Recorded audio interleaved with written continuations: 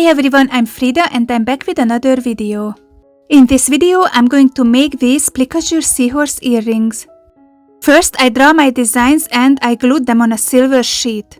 I had to drill a hole in the middle in every cell, so I punched some marks to lead the drill bit. Here, I'm drilling the holes. This way, I'm going to be able to thread through the saw blade.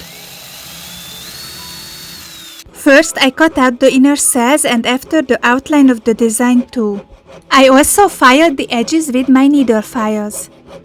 Now it was time to apply the colorful vitreous enamel in every cell.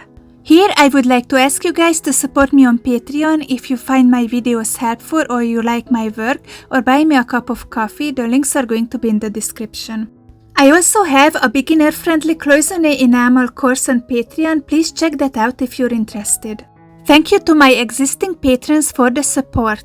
Plique-a-jour is a French word means letting in daylight.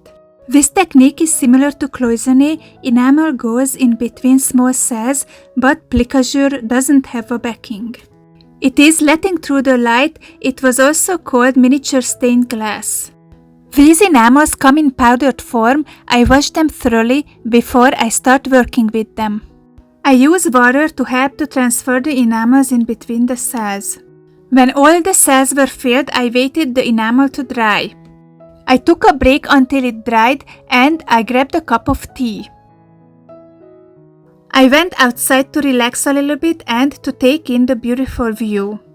By the time I came back, the earrings were dry, so I fired them in my kiln on 1400 Fahrenheit for 2 minutes. You can see that enamel shrunk in the kiln, so I applied more enamel. I fired them and I repeated this process 3 more times.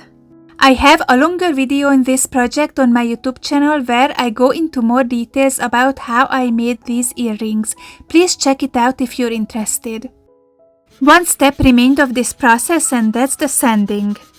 We sand off the excess enamel and make the surface smooth. Enamel loses its shine during the sanding, so I fired them again to get the shine back.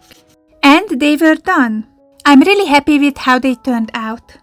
If you like my work and my videos, please subscribe to my channel and please like, share and comment on my videos.